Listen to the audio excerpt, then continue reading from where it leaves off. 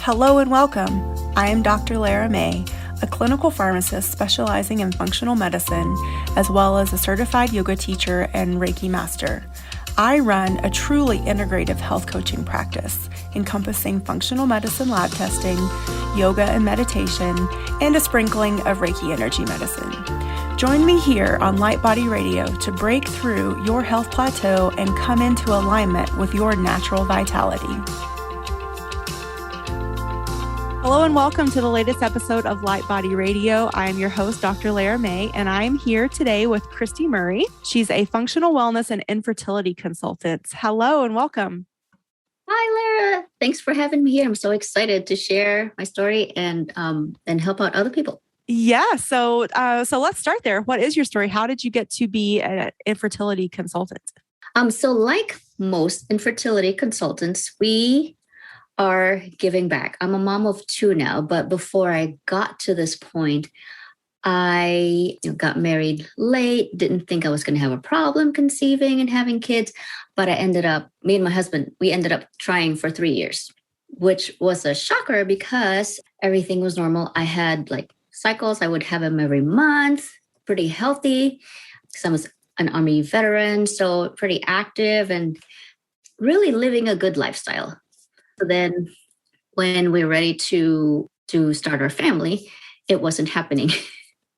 And it took a while. So research after research. So now it's a topic that near and dear to my heart, because going through it, I wouldn't want any woman to go through it alone, or, if they do go through it, I just want them to be empowered and really be aware of the signs are and how to take care of themselves and then attain the family that they want to build. Yeah. So let's start there. What are some of maybe the signs, or even, is there stuff that shows up in our younger years? And I mean younger years by in our 20s or even our late teens as women that would maybe cue us into something that we need to almost proactively balance or heal or something like that?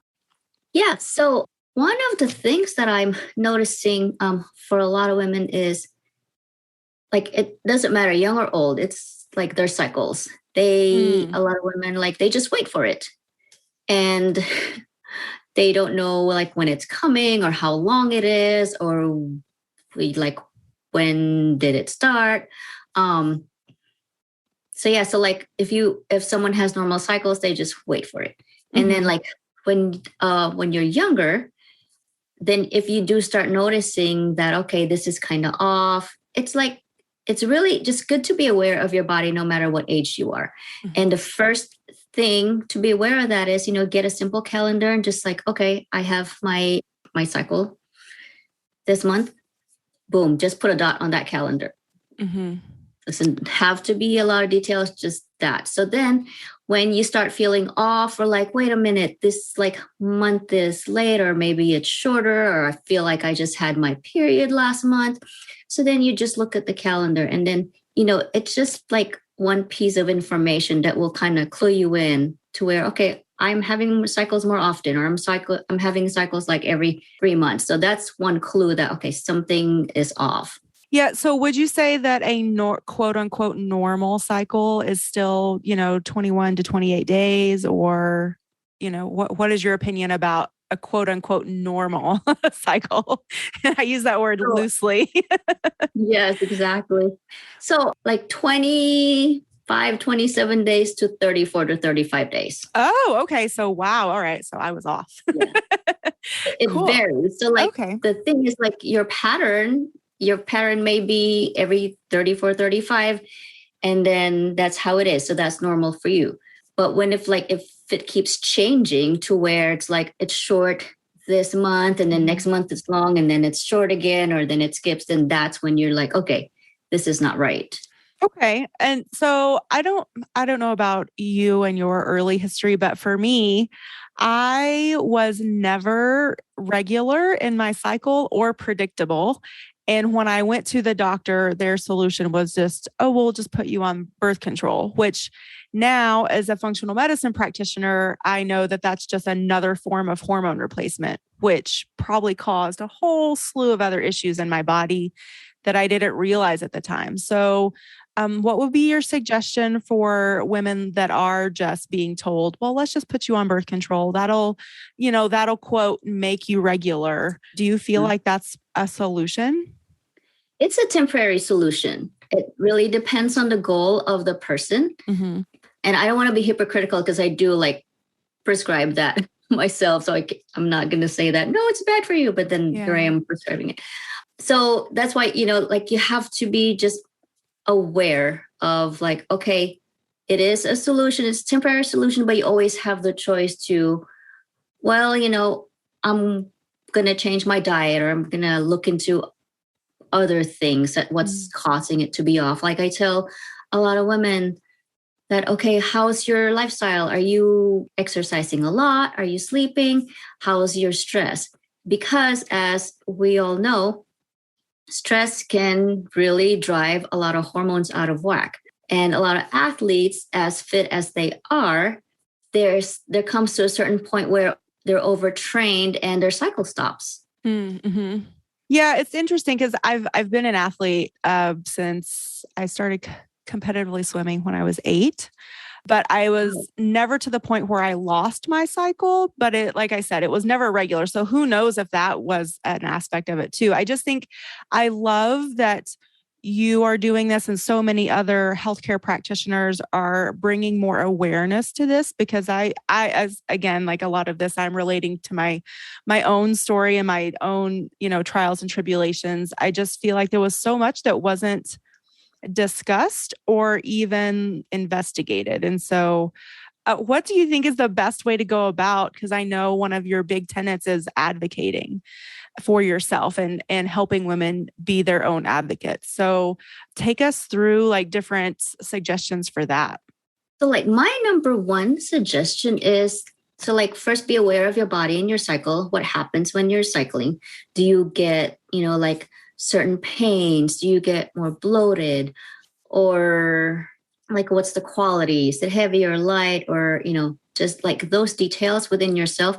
You may not need to do anything about that, but that will drive what's causing you or what's causing you to have, certain symptoms. Mm-hmm. Another thing to look at is, like we said, your lifestyle.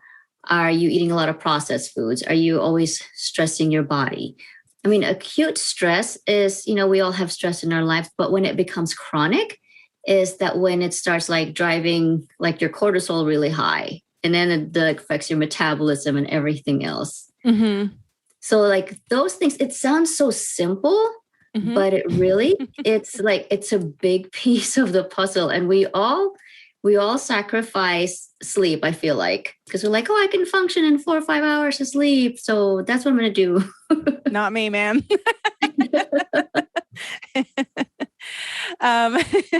Anyway, so what about other body parts and health issues? So your thyroid or your adrenals, or do women come to you and they think that it's just infertility, but then you find that there's these other things that are going on with them? Yeah, that's actually part of what we look at first, the thyroid. And that's pretty easy to test. The provider can order the lab work for you and see if that's off. And then, you get certain symptoms. Yeah, thyroid is one of those things too that can be driven by just really stress.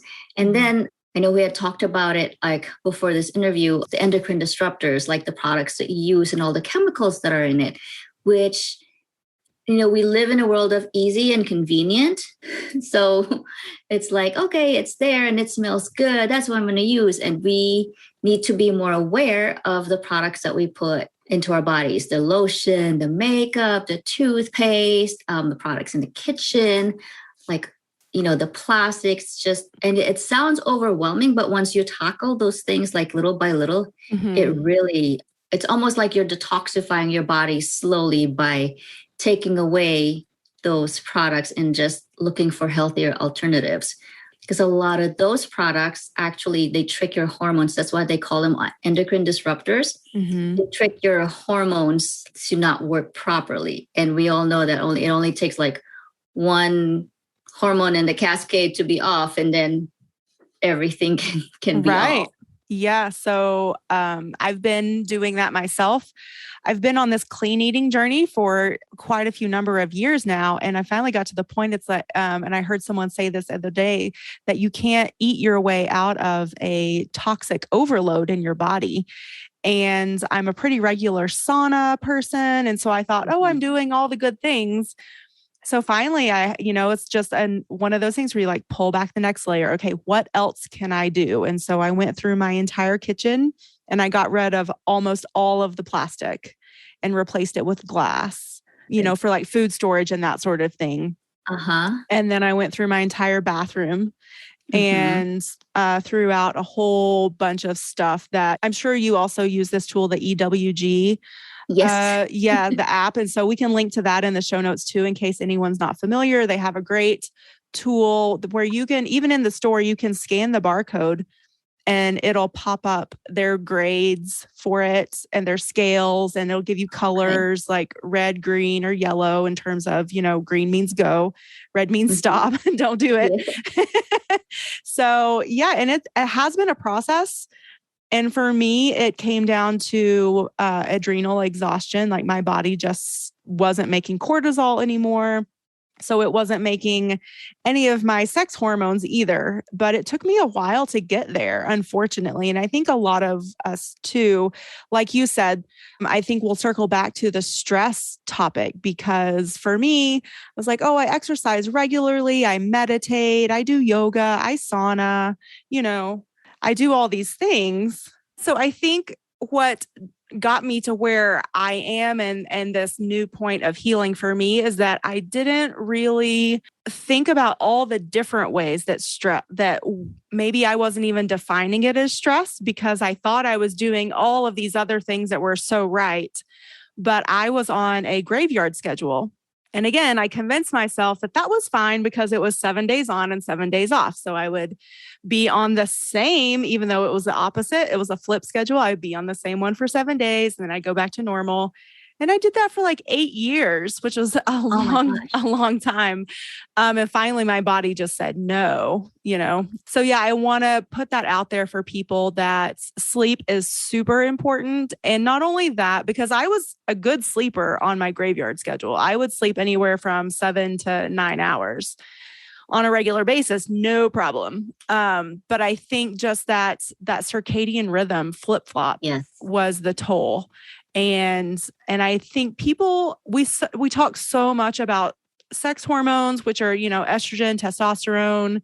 Those are the ones that everyone knows the most about. But I don't think we really talk enough about cortisol and how melatonin. Yes. And melatonin. And so all of the other ones that sort of, and like you said, it's all connected. And if one gets out of whack, it really can throw everything out of whack. So can you speak to that a little bit? Just the very delicate stool. Yeah.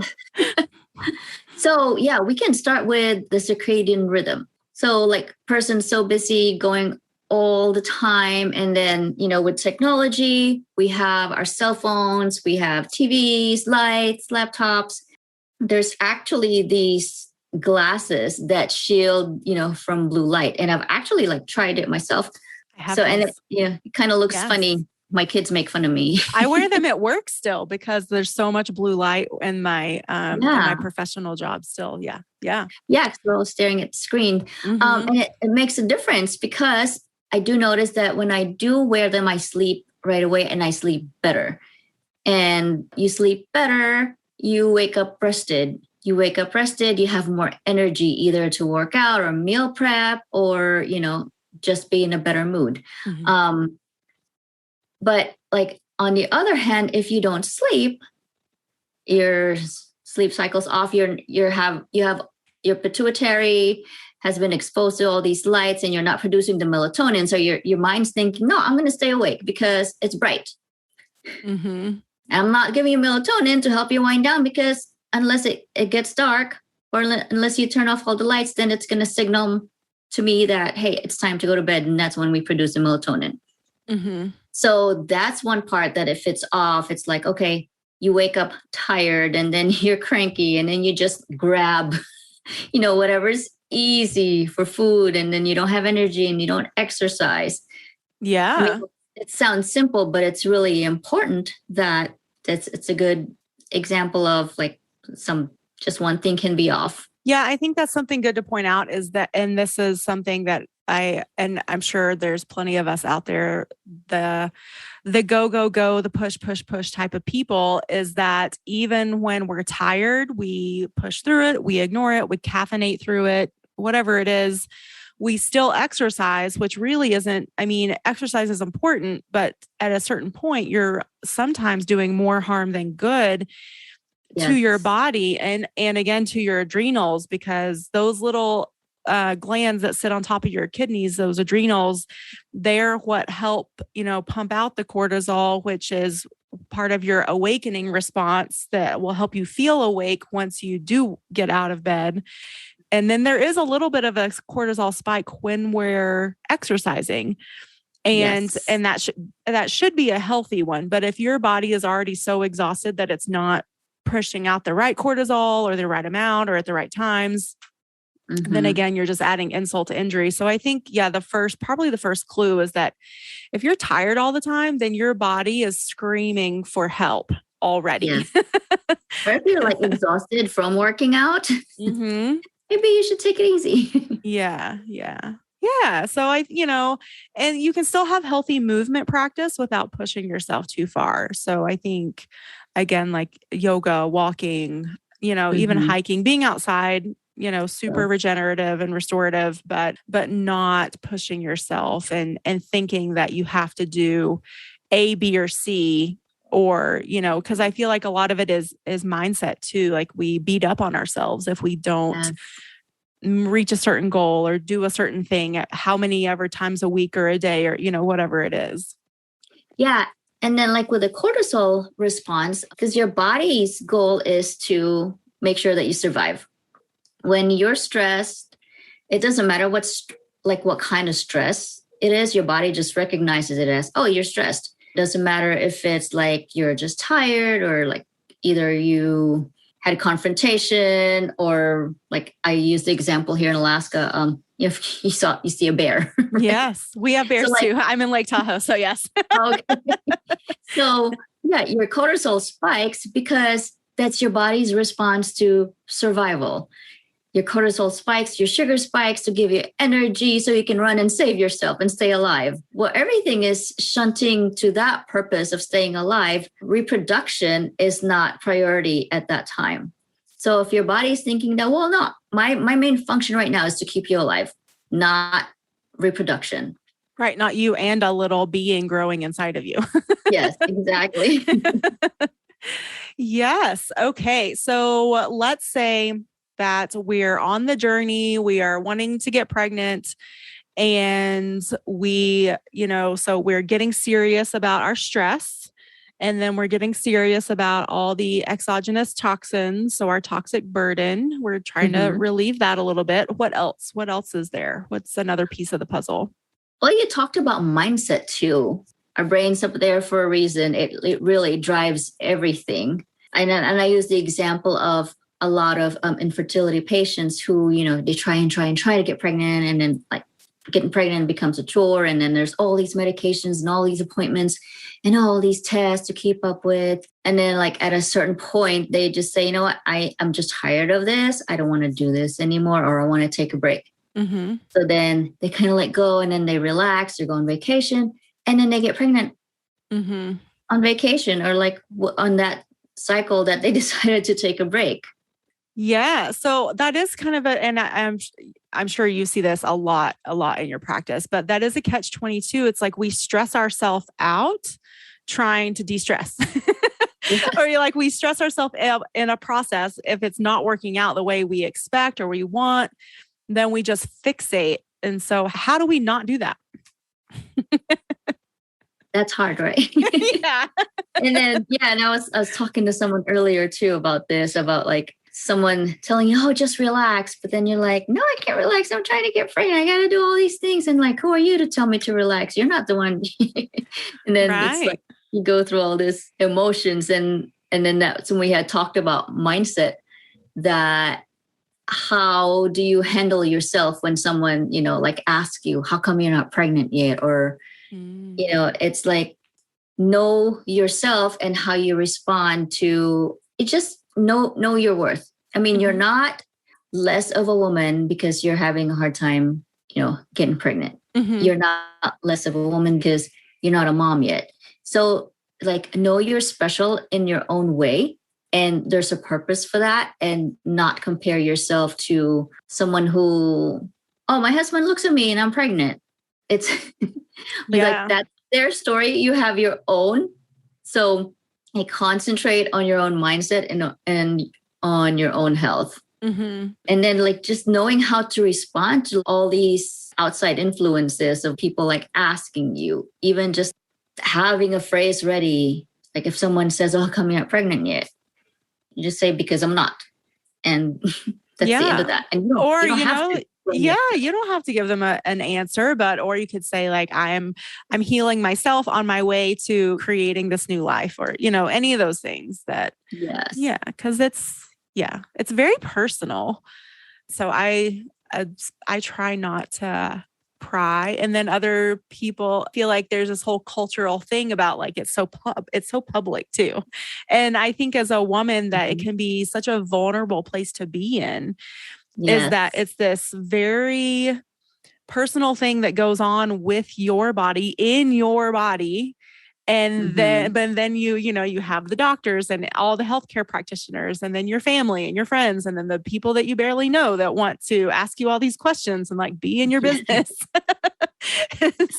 So yes, I give props to all the women that are going through that, and, being able to say things lovingly, but with a healthy amount of boundaries with that too. Yes. And I say this now because I was able to, power through it, but because I'm in a different place now. So back then, people were coming up to me, and some more sensitive than others, but like, I wish I had like a canned response ready for someone, for everyone who would come up and ask like, well, how come? And I wish I would have just said, well, why are you asking? Right. Or like, you gonna start college fund for my kid? Yes. What else? So how do you coach your clients through that? Do you help them? Is there like journaling, or like, do you help them like get clear on maybe coming up with so they don't maybe feel so caught off guard, or I don't know. Yeah. So, like there's three main things I like to coach my clients on. Like first is how like the stuff that they're putting in their system, the food, and then like the toxins products that they use. Another one is lifestyle, like how are you sleeping? Are you exercising not or too much? And then another thing is the mindset part of it. And I feel like mindset is really more important, because if someone has their mindset in check, they can handle anything. Like a lot of like infertile women are one of the most resilient women, because you have to be resilient just going through it. Yes, I was just going to say the word resilience is coming to mind. Yes, which means like able to like really, to me, like the word resilient means like to roll with the punches, to be able to like move with an element of flow through challenge, and still, maintain, to me, like a certain sense of autonomy and integrity and like sense of self. And like you said earlier, like self-worth, like know yourself. And you started that by saying like, as young women, know your bodies, and then continue that. But then I think also too, is there's something to be said for, just as women in general, how we're raised and within our cultural dynamics is really, I think sometimes we actually have to make a concerted effort to like tune into ourselves and ask, who are we? Because, we're pulled in so many different directions regardless if we're trying to get pregnant or not. And sometimes I think like the infertility challenge can just maybe be like that icing on the cake of like, oh, this is just one more thing in my. Or you're told like what you should be doing. You're told how you should be, or this has to happen by a certain age in your life. Yeah. And I think a lot of women, I think, struggle with that too. Like, oh, I want to have a career and explore this aspect of myself, the professional, female in me. And then I do want to have a family, and like, okay, so when does that happen? How does it fit in? What's going to happen in my career, before, during, and after? And then, like you said, if there's a challenge, then crap. Now what? Yes. And then I think like, a part of it too is, like you said, know yourself. And like for me in my journey, a big part of it is my faith. Just like never feeling alone. And like, even if there's no one that that I'm talking to, it's very different now because now there's a lot of, I feel like, support groups, and it's out in the open. It's sad to say actually more common now, or maybe more women are just speaking up. But back then it's like, it's a scarlet letter, like, oh, you're infertile or you're, No, I do think it is more common. I read a book by Shanna Swan called Countdown. Oh, I was going to say that. Yeah. So I love this book. And I think it's really interesting how she's focusing on the male aspect. And, because I think that's the other thing too, is like, there's just so much pressure. Like, yes, we female bodies are the ones that, incubate the tiny being. But, there has to be that contribution from the male side biologically. The other half. Yes. And so I found that book fascinating about all the ways that, and so for anyone out there, I definitely recommend reading it or getting it on Audible, because it's a science heavy book, but she makes it very digestible. And to me, it was fascinating all the different ways that all of the things that you and I have talked about today impact male fertility as well, and the health of the sperm. And that a lot of miscarriages actually are, they're finding out that it's because the sperm might have been compromised, not necessarily, a toxic environment in the womb or something like that, It's male factor, right? Yes.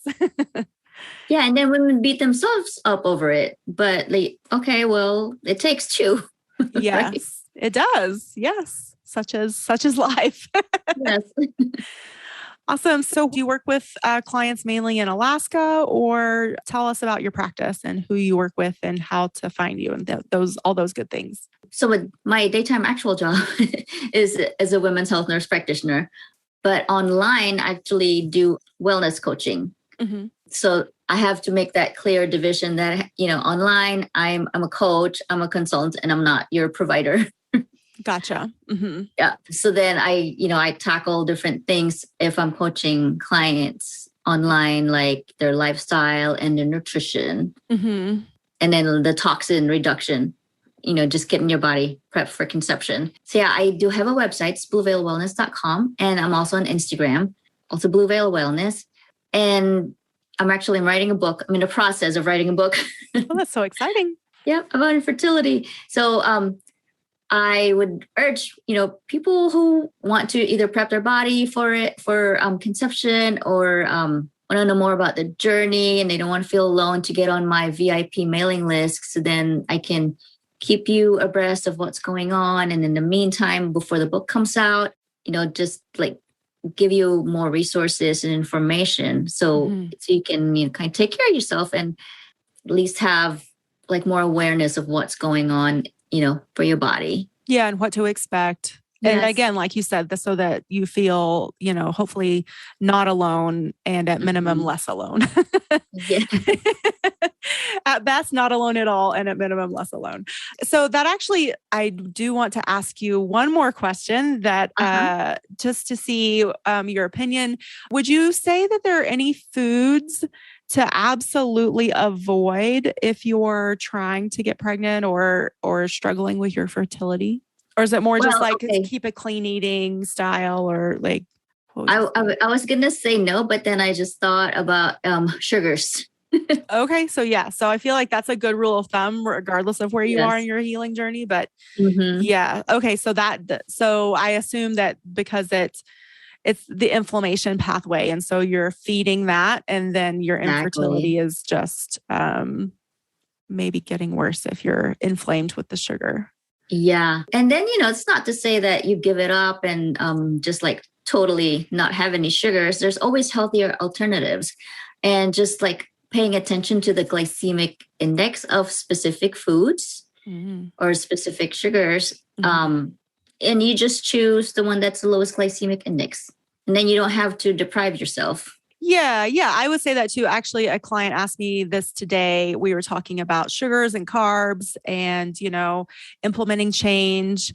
And he asked me, what about honey and maple syrup? Do I have to give those up? And my answer was, if you're willing and ready to give up the processed sugars like cereal and, and Mhm. those types of things, then I think it's okay that you have honey and maple syrup, because those are healthy raw sources of sugar from the earth, from bees, from the trees, like Uh-huh. again, but in moderation, of course. But Exactly. yeah, I don't think that we have to live these completely deprived lifestyles in order to get better and to heal and to reach our goals. But, it is one of those things. And this is a conversation I have with my dad too. I'm sure we all have these conversations with friends and family. It's like, well, if you can give this one thing up over here, then you can have this other thing over here. And so there is a balance, but Hmm. some people just hear all the no, no, no, no, no's. Uh-huh. and, Yeah. and so again, like we come back to the mindset. So then they convince themselves that they quote, can't eat anything. It's like, no, Hmm. really, you have all of these other things you can eat. Yeah. Like I was actually, yeah, you talked about your dad and now I'll talk about my mom. I was talking to her about like choosing like low glycemic index and I was asking her, so are you walking? And she's like, yeah, I walk. And then I get hungry while I'm walking. So the end of her walk is a bakery. So she said, oh, Oh, she has a croissant. I'm like, oh my gosh, you just negated the walk that you did. And she goes, why? Is croissant bad for him? I'm like, yes, it is. It's so bad for you. yes. I Yes, mean, it's good, exactly. but I mean, like every now and then it's okay. But like every time she walks, she has it. And then she said, okay, well, I'm not gonna have a croissant. I'll just get a bagel. It's like, seriously, you Yes. think that's your choice? Yes. And so I think that's just a perfect illustration of how our food is really, and our nutrition education is so generational, so it Hmm. sounds like you and I came up around the same time frame and with the same like food industry messages that we're like, Hmm. consuming all the time. And so I'm so grateful that now we get to be the messengers of health and healing and what can help us and is delicious and yummy. Hmm. So, Yeah, it's all about finding healthier alternatives. So like I like rice. I mhm, mean, but I don't want to give up rice. So I look for healthier alternatives. I get brown rice and I mix quinoa with it. mhm. Exactly. Exactly. Awesome. Well, is there anything else while we wrap up that you have a burning desire to mention, or that we haven't talked about, or that you want to bring light to? Um, I think I already did. Oh yeah, I just small changes for women, like you Mhm. had mentioned earlier. Like if you make one change in your kitchen to get rid of toxins, get rid of the plastic and glass, and choose glass containers. And if you flip over those plastic containers and look at the bottom, there's a number to it. Mhm. So numbers 5, 4, and 2, and the rest of the. So if you just think yourself 5, 4, and 2 are good, and the rest are bad for you. Okay. 5, 4, and 2. Got it. Yes. So yeah, and then track your cycles. Track your cycles. Yes. Yes. And if you see something amiss or you start to see trends, then contact your healthcare provider. And then Mm-hmm. also, too, I always say this: if you are not feeling heard by your healthcare provider, don't be afraid to go shopping for your Mm-hmm. healthcare provider, because you should be the one interviewing them. They work for you. They are there for your health and wellness. And if they're not Mm-hmm. helping you achieve that, then it's time to move on. Don't feel like you're married to your healthcare provider, whoever that is. Yeah. And at the same time too, it's just, it's also a matter of asking the right questions. Yes. It's like, okay, they'll have the answers for you, but it's like they got to know what you're asking or what you want or what your goal is. And at the same time, you got to give them the piece of information so you guys could work together. Yeah, it has to be a dialogue. And so that's the other thing it comes into, like being an active participant in your healthcare. So before you go to your appointment, sort of have an idea of what you want to talk about, even if it's just a wellness check. Think about it like, ooh, do I want my, doctor, nurse practitioner, whoever it is, do I want them to look into this aspect, or do I want them to check my cholesterol, or like whatever it is? Because that makes it, I think, more rewarding for the practitioner, and they will want to be more involved. It's a two-way street, just like any other relationship. Yes. So yes, I'm glad you brought that up. That's for sure true. Yes. Well, thank you so much for being here. This was so much fun, and I appreciate all your expertise and insights. And I will, again, put all your contact information and any other links that you want to provide up on the show notes. So make sure you check that out. And you can find Cristy again at blueveilwellness.com. Thank you. All right. Thank you.